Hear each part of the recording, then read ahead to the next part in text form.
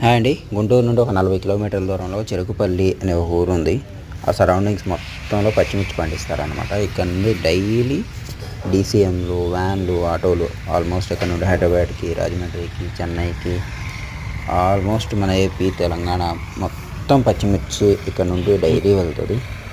తీరా విషయం ఏందయ్యా అంటే వాళ్ళ కేజీ అనేది ఒక 7 రూపీస్, 8 రూపీస్ కూడా పడలేని పరిస్థితి ఉందన్నమాట ఈ సంవత్సరం. ఇప్పుడు వాళ్ళు మీరు చూసే ఉంటారు కదా పచ్చిమిర్చి బ్యాగులు పెద్ద పెద్దవి. ఆ పెద్ద బ్యాగ్ వచ్చేసి 300, 200 అలా పడుతుంది అన్నారు. నేనేదో నార్మల్గా ఇంట్లో మిరపకాయలు తీసుకోవడానికి ఇస్తారా అని అడిగితే ఇస్తామన్నారు.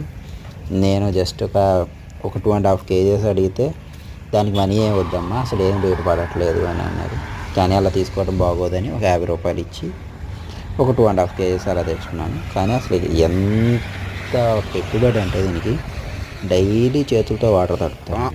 ఆ బ్యాగ్ వచ్చేసి 200, 300 పడుతుందంట. అప్పుడు ఒకసారి అర్థం చేసుకోండి ఎలాంటి కష్టమైన పరిస్థితిలో ఉన్నారనేది. మనిషి కూలి కూడా రాని పరిస్థితి.